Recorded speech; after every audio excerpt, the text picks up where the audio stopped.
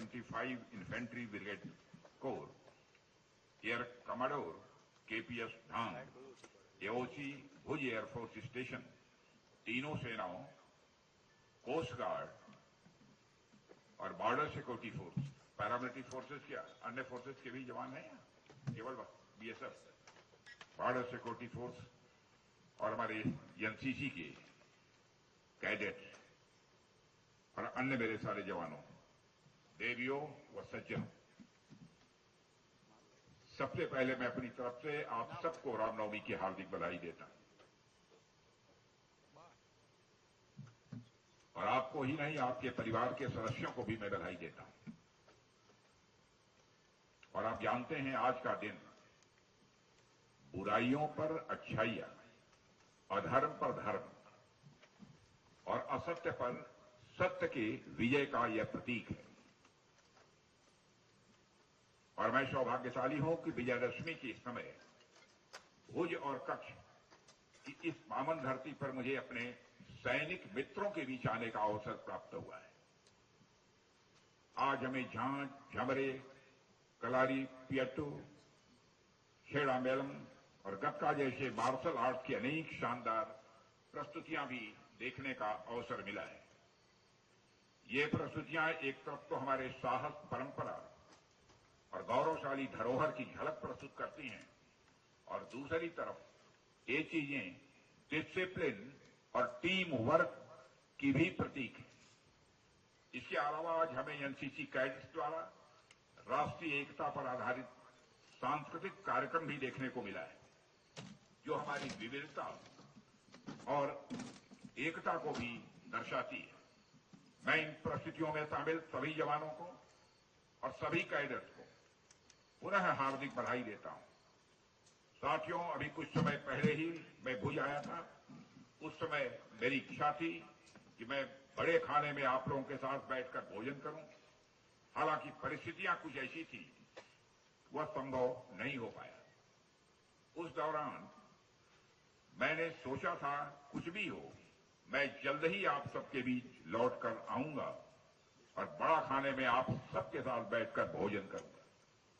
और हमारे army chief general उपन जी द्विवेदी ने वह अवसर मुझे उपलब्ध करा दिया है और मुझे खुशी है कि फाइनली आज मैं आप सबके बीच यहां पर उपस्थित हूं। साथियों, भुज और कच्छ की यह धरती सिर्फ एक भौगोलिक स्थान मात्र नहीं है, बल्कि यह धरती अपने आप में एक इमोशंस है, एक यह साहस की गाथा है। 1971 का युद्ध हो या 1999 का कारगिल युद्ध, कच्छ की सीमाओं ने हमेशा हमारे सैनिकों की बहादुरी को देखा है। यह वह धरती है जिसने प्रकृति के प्रकोप और शत्रुओं के आक्रमण दोनों को सदियों से चुनौती दी है। इस धरती में रेत भले ही है, लेकिन उस रेत की रग रग में वीरता कूट कूट कर भरी हुई है। साथियों, इस क्षेत्र ने अनेक वीरों को जन्म दिया है। यहां के लोगों की जीवटता, उनकी कठिन परिस्थितियों में जीने की कला और उनका देशभक्तिपूर्ण जज्बा पूरे देश के लिए एक प्रेरणा का यह स्रोत है। 2001 के भीषण भूकंप ने इस क्षेत्र को कितना नुकसान पहुंचाया था, वह पूरी दुनिया ने देखा है। लेकिन भुज के लोगों ने, हमारे सैनिकों ने मिलकर जिस अद्भुत साहस और दृढ़ संकल्प के साथ इसे फिर खड़ा किया है, वह फिनिक्स पक्षी की तरह राख से उठने जैसा है। आज जो भुज हमें दिखता है, वह उसी संकल्प शक्ति का एक जीवंत प्रतीक है। फिनिक्स पक्षी के बारे में आप सबने सुना होगा, आप सब जानते भी होंगे। ऐसा माना जाता है कि यह पक्षी अपनी राख से भी जीवित हो जाती है और भुज उसी फिनिक्स का मैं मानता हूं कि एक उदाहरण है। साथियों, भौगोलिक दृष्टि से भी यदि आप देखें तो कच्छ की यह धरती लंबी समुद्री सीमा से घिरी हुई है। यहां की सीमाएं हमें एक जिम्मेदारी भी देती हैं कि हम लैंड और सी दोनों ही मोर्चों पर सतर्क भी रहें और सक्रिय भी रहें। मैं आप सभी सैनिक इसी जिम्मेदारी के जीते जागते प्रतीक हैं। मेरे लिए खुशी की बात है कि आज बड़ा खाने के मौके पर मुझे आप सबके साथ भोजन करने का अवसर प्राप्त होगा। साथियों, बड़ा खाने की यह परंपरा वर्षों से इसलिए चली आ रही है क्योंकि इसके पीछे कहीं न कहीं भारतीय दर्शन मौजूद है। जैसे आप देखिए, हिंदू धर्म में जो 16 संस्कार होते हैं, उनमें से अधिकांश संस्कारों में इस बात का खास ध्यान रखा जाता है सभी लोग बैठकर एक साथ खाना खाएं। बड़ा खाना सामूहिक भोजन के साथ साथ भावनात्मक जुड़ाव का भी यह प्रतीक है। यह हमारी आर्म्ड फोर्सेज की वह सुंदर परंपरा है जहां हैसियत, पद या वर्दी का कोई भेदभाव नहीं रहता है। सब एक साथ बैठकर भोजन करते हैं। यह परंपरा हमें यह संदेश देती है कि हम सभी एक परिवार हैं। साथियों, हमारी आर्म्ड फोर्सेज में यह परंपरा वर्षों से चली आ रही है। जब हम एक ही साथ बैठकर भोजन करते हैं तो यह हमें हमारे प्राचीन भारत के मूल्यों की याद दिलाती है, जहां भोजन को केवल शरीर की भूख मिटाने का ही साधन नहीं बल्कि सामाजिक एकता और भाईचारे को बढ़ाने का माध्यम भी माना गया है। मुझे विश्वास है आज का यह बड़ा खाना आपके दिलों में भी उसी एकता और भाईचारे की भावना को और प्रगाढ़ करेगा। साथियों, जब भी मैं आपसे मिलता हूं तो मुझे गौरव की अनुभूति होती है कि हमारे राष्ट्र की सीमाएं आपके जैसे साहसी और समर्पित योद्धाओं के हाथों में पूरी तरह से सुरक्षित हैं। आप सब निस्वार्थ भाव से कभी तपते रेगिस्तान में, कभी बर्फीली चोटियों पर, कभी समुद्र की लहरों के बीच और कभी जंगलों की गहराइयों में हर चुनौती को सिर्फ देशवासियों के लिए मुस्कुरा कर स्वीकार करते हैं।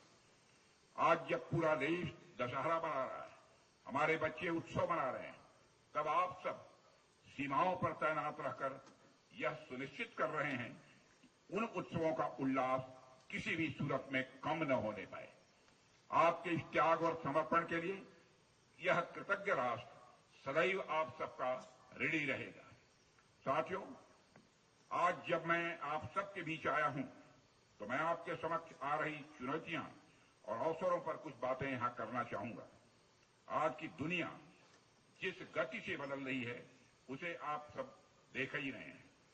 इस बदलाव में अगर विशेष तौर पर टेक्नोलॉजी को देखा जाए तो टेक्नोलॉजी का स्वरूप तो लगातार बदल रहा है। ऐसा भी देखने को मिल रहा है कि कुछ समय पहले तक जो चीज मॉडर्न टेक्नोलॉजी का पार्ट हुआ करती थी, अब वो आउटडेटेड टेक्नोलॉजी का पार्ट हो गई है। और इस बदलती टेक्नोलॉजी के साथ हमारे सामने जो खतरे थे वे भी अब पहले से अधिक जटिल और मल्टी डायमेंशनल यानी बहुआयामी हो गए हैं। हमारे सामने न केवल ट्रेडिशनल वारफेयर की चुनौतियां हैं बल्कि आतंकवाद, साइबर अटैक, ड्रोन अटैक और इंफॉर्मेशन वारफेयर जैसी चुनौतियां भी हैं।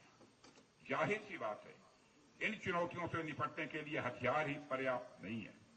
इसके लिए मेंटल स्ट्रेंथ, मानसिक ताकत, अपडेटेड नॉलेज, सामयिक ज्ञान और क्विक एडेप्टेबिलिटी यानी हर परिस्थितियों के अनुरूप अपने को ढालना, यह भी आवश्यक है।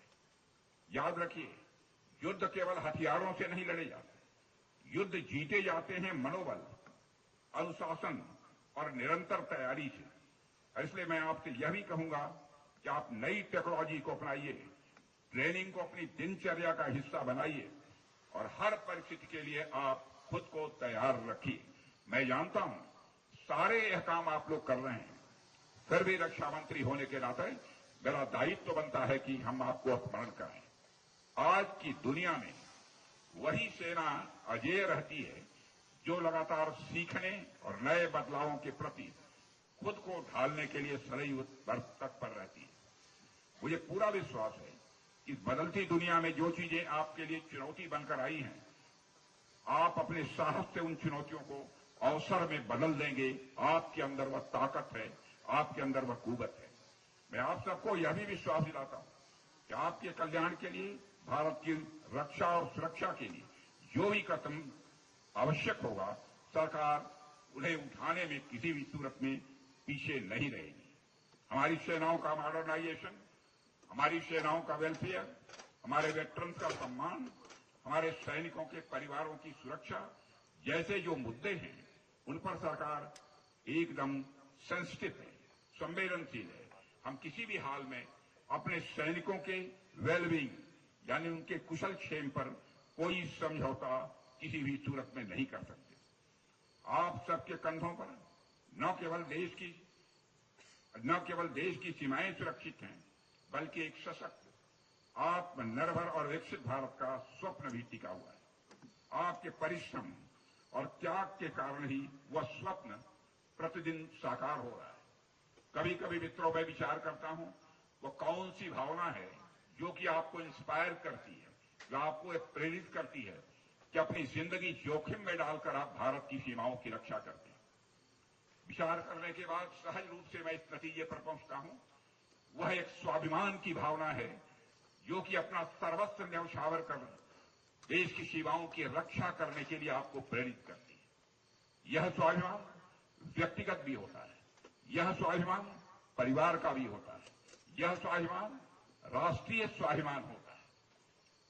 यदि कोई आपको अब शब्दों का प्रयोग करता है तो आपका व्यक्तिगत स्वाभिमान जाग उठता है। आपके परिवार को यदि कोई लांछित करता है तो परिवार का स्वाभिमान आपका जाग उठता है और दो हाथ करने के लिए तैयार हो जाते हैं। वैसे ही देश की सीमाओं पर, देश के स्वाभिमान पर दुनिया की कोई ताकत आंख उठाकर देखने की कोशिश करती है तो उस समय जो स्वाभिमान जागृत होता है वो व्यक्तिगत स्वाभिमान नहीं होता, वह पारिवारिक स्वाभिमान नहीं होता है, वह राष्ट्रीय स्वाभिमान होता है जो आपके अंदर पैदा होता है और देश की सीमाओं की रक्षा करने के लिए आप अपना सर्वस्व न्यौछावर कर देने का काम करते हैं। ऑपरेशन सिंदूर के दौरान जो करिश्माई काम हमारे फोर्स के लोगों ने किया, चाहे वो हमारी आर्मी हो, चाहे वह नेवी हो, चाहे हमारी एयरफोर्स हो, मिलजुल कर सीमाओं पर हमारी सेना, बॉर्डर सिक्योरिटी फोर्स सबने मिलकर, नेवी और कोस्ट गार्ड ने भी अपनी तैयारी कर रखी, वह भी पूरी तरह से तैनात करिश्माई काम किया है। मैं अभी जब देख रहा था यहां पर सामने, तो मैंने देखा कि हनुमान जी को, मैं बैठे बैठे इसी नतीजे पर पहुंचा, ऑपरेशन सिंदूर के दौरान हम लोगों ने हनुमान के ही आदर्शों का पालन किया, क्योंकि वह कथा आपको मालूम होगी। एक बार लंका में तोड़फोड़ करते हुए जब अशोक वाटिका में जब सीता जी थी, हनुमान जी पहुंचे थे, तो सीता ने कहा, क्या हनुमान, तुमने लंका में इतनी तोड़फोड़ क्यों की, क्या जरूरत थी इसकी, क्यों इतने लोगों को मारा? तो उस समय हनुमान जी ने कहा कि हे माते सीता, जिन मोहि मारा तिन मोहि मारे। हे माता सीता, जिन लोगों ने हमको मारा, हमने केवल उन्हीं लोगों को मारा। ऑपरेशन सिंदूर में भी आप सबने यही करके दिखाया।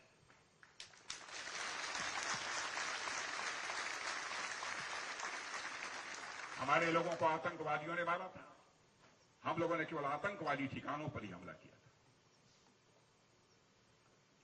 वहां चोट पहुंचाकर हम लोगों ने उनका सफाया किया था। साथियों, आप सबके प्रति सम्मान का भाव पहले से भी कहीं अधिक देशवासियों में बढ़ा है और मैं मानता हूं कि आप सबके कंधों पर न केवल देश की सीमाएं सुरक्षित हैं, बल्कि एक सशक्त और आत्मनिर्भर और विकसित भारत का स्वप्न भी टिका हुआ है। आपके परिश्रम और त्याग के कारण ही स्वप्न प्रतिदिन साकार हो रहे हैं और यह सदी दुनिया में यदि किसी देश की है तो भारत की है। आने वाला वक्त भी किसी का है तो आपका है, आपके भारत का है। और हमारे प्रधानमंत्री जी के मार्गदर्शन में हमने जिस प्रकार से आत्मनिर्भरता की ओर कदम बढ़ाया है, मुझे पूरा विश्वास है कि हमारी सेना भी आने वाले समय में निश्चित रूप से दुनिया की सर्वश्रेष्ठ सेना होगी और मुझे पूर्ण विश्वास है कि आप लोगों के सहयोग से हम इस उद्देश्य को जल्द ही हासिल करेंगे। इन्हीं शब्दों के साथ आज रामनवमी के अवसर पर भी आपको, आपके परिवार के सदस्यों को हार्दिक शुभकामनाएं देता हूं और साथ ही कल विजयदशमी, विजयादशमी की भी आप सभी को और आपके परिवार के सदस्यों को हार्दिक शुभकामनाएं देते हुए अपना निवेदन समाप्त करता हूं। आप सबको बहुत बहुत